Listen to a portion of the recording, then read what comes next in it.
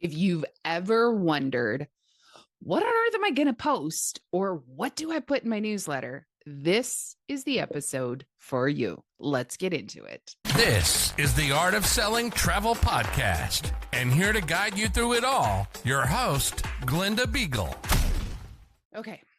I don't know about you, but the amount of times that I have sat at my desk, sitting at my computer, looking at that blinking cursor as I need to send out an email, and it's almost as if my brain has vanished, or at least the hamsters that run round and round on the wheel, they're on vacation. Maybe they're at the bar. I don't know, but they are not working. And so with that, there's so many times that I didn't know what to do, especially when I owned my agency. Now, keeping in mind, I go back a while. I remember back when I first started and I was working for somebody else, we used to go through all of the fax machine. Yes, that long ago, all of the faxes that came in, because there would be dozens, if not hundreds of faxes that arrived every morning with every supplier piece of content. Legitimately, all of those things that you're getting via email right now, they used to come in via fax. So if you're getting an email from a supplier that's giving you flyers for multiple gateways and things of that nature, my Canadians will know, like when Transat Holidays send you all of those flyers, or Sunwing, and there's one for Halifax and one for Edmonton, one for Calgary, one for Toronto, one for Ottawa, one for Moncton, Hamilton, well, you name it. We used to get faxes, and every one of those was a different piece of paper. Now, fortunately, they were pretty good at only sending us the ones that we were registered for.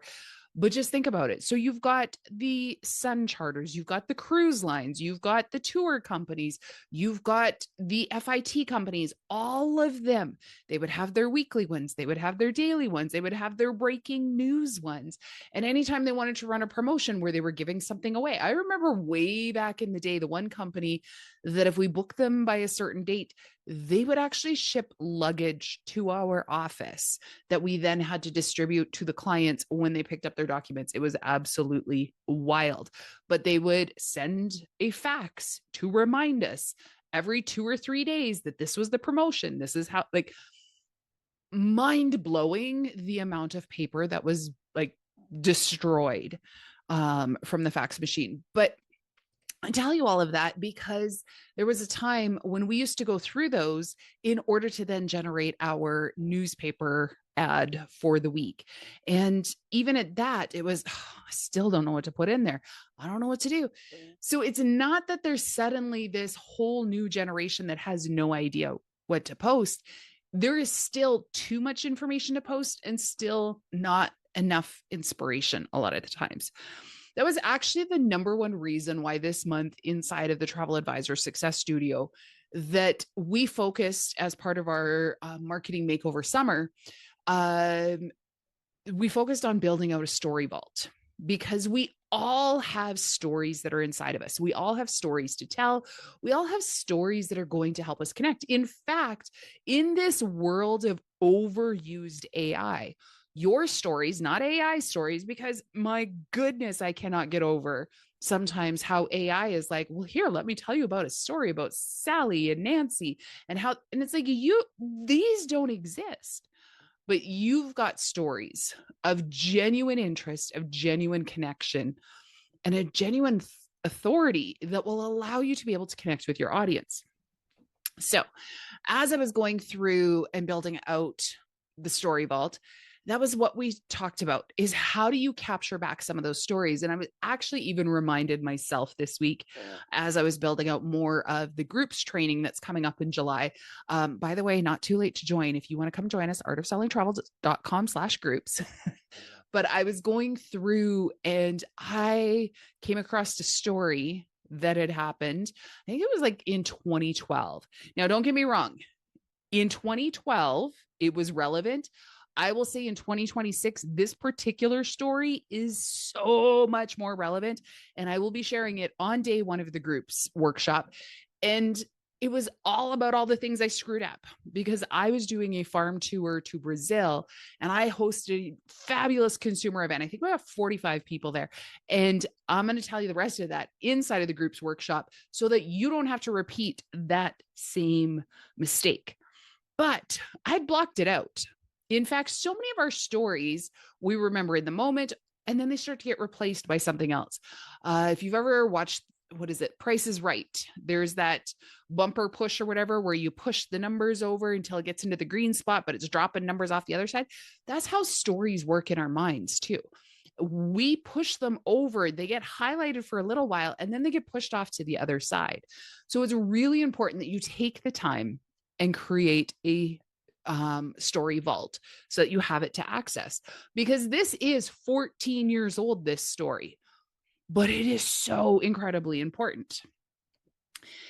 AI is trying to come up with stories. It's trying to create these, but there is still nothing that's going to beat the human to human connection. And in fact, I shouldn't even go down this rabbit hole. We should save it for another episode, but there is entire generations now that are coming up. They're like, you're using AI. I'm out of here. I will not work with companies that use that kind of AI. So number one problem that I see when travel advisors are trying to come up with the content, and this is what we're going to really focus in on today, is that they're using too much content.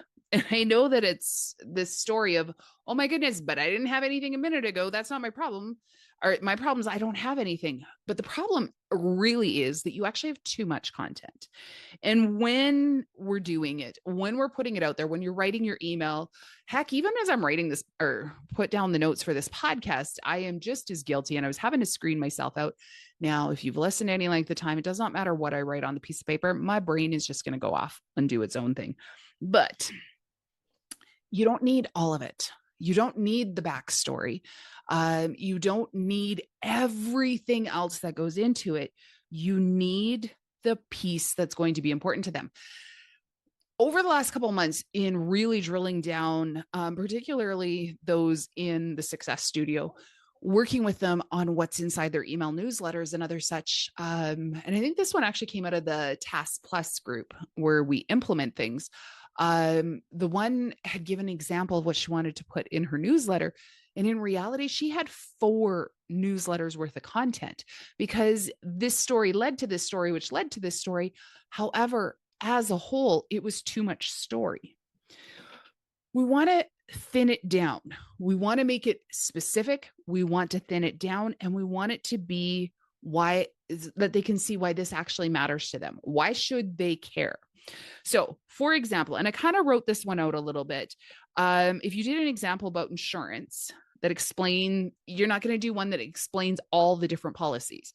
Nobody's going to read that. Instead, choose one type of policy, perhaps, that you want to highlight, and then tell a story about it. So, for example, and this is something that actually happened to me. I had a client who chose not to use my cancellation because they had a credit card policy. So you could share a story that goes something like this: why credit card cancellation plans have more holes than a block of cheese. I had a client who was booked to go to a destination wedding in Jamaica. He became ill with a terminal brain tumor. That's scary, like horrifying. And when they went to put in their cancellation claim on their credit card because they had cancellation, they were told, I'm so sorry, but you were covered for injury, not illness, which meant that if he took a hammer to the head, he would have been covered, but not because he got sick. It was a reminder that not all policies are created equally. Even a credit card, one credit card to another credit card by the same company can have a ranging list of risks insured. So before you skip cancellation insurance, I challenge you to do this.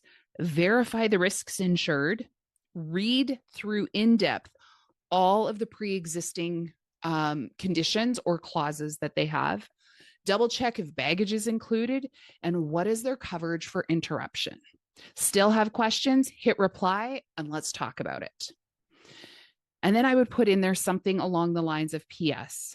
I believe in making sure my my clients are actually protected, because the worst time to find out you're not is when you have to make a claim. I'd be happy to help you to know what questions you need to ask your insurance company. No sense being overinsured, but I don't want you to be underinsured. And then you can do that in there. And then if you want to drop a PPS, do it. Don't want to worry if your credit card may or may not be there to help you. No problem. I'm happy to provide you with a suite of insurance options to choose from. See, your emails and what you're doing, it's not about every feature and benefit. It's about highlighting a problem that they may not even know exists, agitating it, and then for which you are a solution. Even in this, you're going to agitate the fact that, not all credit cards are made the same. You need to contact, so you're providing them a solution. You need to contact your credit card company and double check. Does it offer baggage? What are the risks insured? What are the what are the exclusions that you need to be aware of? Does it include interruption? And if you don't want to do that, then let's talk about it. And I'm going to go ahead and help you out with the travel insurance. You want to give them the option to come work with you. You don't necessarily want to come in and be like, the only way to do travel insurance is you've got to book it through me, because then it's very off-putting. Instead, and this is the irony of it, if you give them a little bit of a list of specific words to use and give them something to do, give them work to do, you will be amazed how many people are like, this is too much. Just, could you take care of it? But instead of saying, do you want travel insurance? Or if they say, no, I'm going to use my credit card. Instead of saying, are you sure? Does it have this? Instead, use that term. Do you understand, or do you have a list of what the risks insured are so that you're aware? It does change it. So don't put in too much when you're doing it. You want to make sure when you're putting together content that you're keeping it easy for them to be able to consume, and for them to be able to see why it is that they would even want to read it. So I always get this question. I don't know what to put in my emails. I don't know what to talk about. So talk about insurance, talk about the different policies, but one policy per email. Talk about when to book. Now, this is not a blanketed, if you want to book, you must book 9 months out. No, you want to get really crystal clear and specific. If you're looking to book Christmas Market River Cruises, the best time to book the 2027 River Cruise is, and then insert whatever date you and your business development manager have determined is the best time to be booking a Christmas Market River Cruise. And why? For best value, for best access to staterooms, or best value or best access to cabins, in order to choose the best itineraries, whatever it is, whatever your parameter that you believe your clients are looking for, that's what you want to put in there. If you're looking to book summer, when do you need to be booking for? If you're looking to be booking for the holiday season, maybe you're looking to book Christmas, or you're looking to book Easter, spring break, reading week, whatever it is, you want to be specific. Now, you don't want to give them a whole calendar of, if you're looking for this, it's this. If this, it's this. If it's this, it's this. Pick one. Make that email about one and one only. Because when you put too much in, they're not going to read it. Be specific. Make it about one thing. Want to make an email about where to go? Be specific about who it's for. Wondering where to go on your next family vacation? Well, if you're traveling with littles, this is a great place. Maybe you're going to do one where to travel when you're traveling with teenagers, or whatever it is. The why you, why an advisor, why a certain destination, all individual pieces of content. And yet they'll tease into the next one. So for example, why you need to go to Greece, but to avoid, you do one, why you want to go to Greece, but to avoid the overhyped destinations. That's what I help with, because I make sure that my clients get to avoid XYZ and therefore get to enjoy ABC. So you get to determine for your business, for your clients, for what it is that you want to sell, what are you going to put in there? What's the most overlooked thing? What is it that most clients overlook? What are the mistakes you've heard about clients making? It does not have to be yours. In fact, possibly better if you don't. You're probably inside of Facebook groups where people are talking about travel. It's bananas what the internet tells people to do. Like, beyond bananas. I'm actually waiting for the day that AI starts pulling its content from Facebook and from Facebook groups.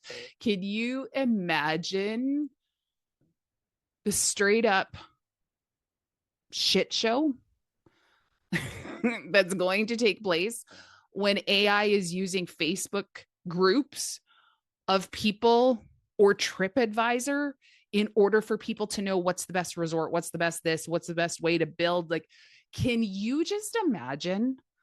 Like, you've seen those Facebook groups. I know you have. I've seen them. Can you imagine what that's going to look like? Oh, that gives me shivers thinking of how disastrous that could get.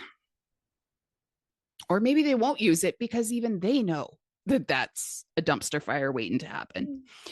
What are assumptions? What are things people assume or have been told by somebody else? Like, what are some of those myths out there? Mistakes are made because of assumptions. So what are some of the biggest assumptions? You don't have to put them all in there, but put in one of them. How does one lead to a story? Not being clear on requesting what they want. That is a huge mistake I see. People thinking that, I remember working with clients that wouldn't speak up, but I could always hear it in their voice. Or because I did have a physical location, people came into my store, I could see their body language. That's why I think it's so important to do your consultations. If you're not doing them in person, to do them over Zoom or FaceTime or something like that, where you can see their body language. You can make that connection. You can see how it is that they respond, how it is that they lean in, lean out when they take that, and then they don't say anything. Like, they take that inhale of air, but then it doesn't go anywhere. Or being too nervous to share. See, they need to build that level of trust in you so that they feel confident in sharing. People aren't just going to automatically share just because you have a title of travel advisor. You need to earn their trust in order for them to feel comfortable. That trust comes through content. It comes through stories and connection and being somewheres where they know that you're going to show up, where they're going to be able to sample a little bit of how it is that you respond, how it is you talk, how it is that you think and behave, and all of these other sorts of things. I want to make sure that you are creating an opportunity for your audience, your potential clients, to be able to connect with you. Connect with you as the human, connect with you as the professional, connect with you as the authority, and not just connect with you as a title. What do you want to sell? It's really easy to come up with content in so many ways, particularly if you've just attended a webinar or just done this or just done that. But do you actually want to sell that product? Do you have the audience to sell that product? What story can you pull from your own vault? Like I said, in the Travel Advisor Success Studio, we were building out the story vault because there's so many different ways. In fact, I remember years and years ago doing I think it was Trafalgar. I'm pretty sure it was Trafalgar. It was an agent training. And I laugh because the training was like the husband and wife, and they're arguing. Well, what do you want to do? What do you want to do? Like, why didn't we set up a hotel? And it was all the bickering. And I just remembered this flashback to my childhood memories of doing road trips. We lived in Alberta, Canada. My mom's family was in Manitoba. And so we would do this drive across. There was 6 of us in the car. It was like an 84 Impala. It was itchy seats. My one sister would get motion sick because my dad would take gravel roads because we could cut off so many more miles by doing that. My brother's BO, and then my little sister was in the front seat blocking all the cold air because there was no air conditioning in the car. And so she used to sit so she could block all the vents. And I remember these trips as pure hell. In fact, it's only been in the last, I don't know, 4, 5, 6 years that I'm like, I could do a road trip, because before that, my entire life was, I don't road trip. Like, that's not me. And so I remember watching this Trafalgar agent training, and they were talking through, and basically I was having flashbacks in particular to this one trip that we took, because we were going to drop down into the Dakotas, Wyoming, and Montana and other such to come back home. But we hit the Sturgis crowd. And so there was no hotels anywhere. And it was just all of these series of stories and issues and problems and arguments and everything else. And I was like, oh yeah, I am a total guided vacation girl. And as I would tell that story to clients, and I was okay, if you were traveling with people who are, what do you want to do? I don't know. What do you want to do? A guided vacation is for you. And so that's how I would use those stories to then pull it in, because we all have a lived experience somewheres in our life that we share in common with somebody else. And when we can share those stories in common, it allows us to connect. But also, too, it allows us to be able to see a different type of pain that your clients are experiencing. For myself, my pain was this fear of what a road trip was, and I don't know, what do you want to do? I don't know, what do you want to do? And so to be able to work through that was huge. And so for me to do a guided vacation, to do a river cruise, either of those, to me, is the best way to do places like Europe. Now, it's possible that you're listening, you're like, heck no, it's way better to do this. And that is what makes this industry beautiful. And that is also why we all have a different type of client. You have a different client for who you want to work with. And then the advisor that you sit at the next conference beside, they have a different type, and so on and so on and so on. And it is because of these stories that we have from our lived experiences that we're going to be able to connect and be able to find the right people who want to work with us, who want to do business with us, and most importantly, who want to trust us. So first and foremost, if you want help building out your story vault, well, that's what we're doing this month inside the studio. I'm going to link it up in the show notes. If you're not already a member of the Travel Advisor Success Studio, we invite you to come join that. But really and truly, there is still time. We're putting this out the middle of June. It's going to be taking place July 14, 15, 16. We're going to be doing it is about building groups. However, it is called From Idea to Sold Out Groups. And it is everything you need to know to successfully build a group. We're going to be doing the ABCs. We're going to be, how do you attract them? How do you build an offer that people actually want to buy? And how do you convert them to clients? Because so often the business development manager is going to tell you something like, just take out the space, it'll sell itself. It is such a load of garbage. And yet I was told that for years. Spoiler, it sure as heck did not sell itself. Partly, you also got to put it out there. But we're going to talk about how to attract the right audience. We're going to talk about how to build the right offer. And we're going to talk about how to get it out there to convert it so that you can sell it out. If you want to join us, go to artofsellingtravel.com/groups. And I'm also going to link that up in the show notes. We would love to have you come and join us. It's going to be a phenomenal workshop. We're still almost a month out, a little bit less than a month. And we've already got, I think, like 35 or 40 people registered. I'm so excited. And I would love to have you come and join us as well. I know we're going to get a lot more registrations in the next couple of weeks, but I would love to have you. So if groups are in your future, artofsellingtravel.com/groups, we would love to have you. And until next time, happy selling. And don't forget, keep it simple. You don't have to have every answer in there.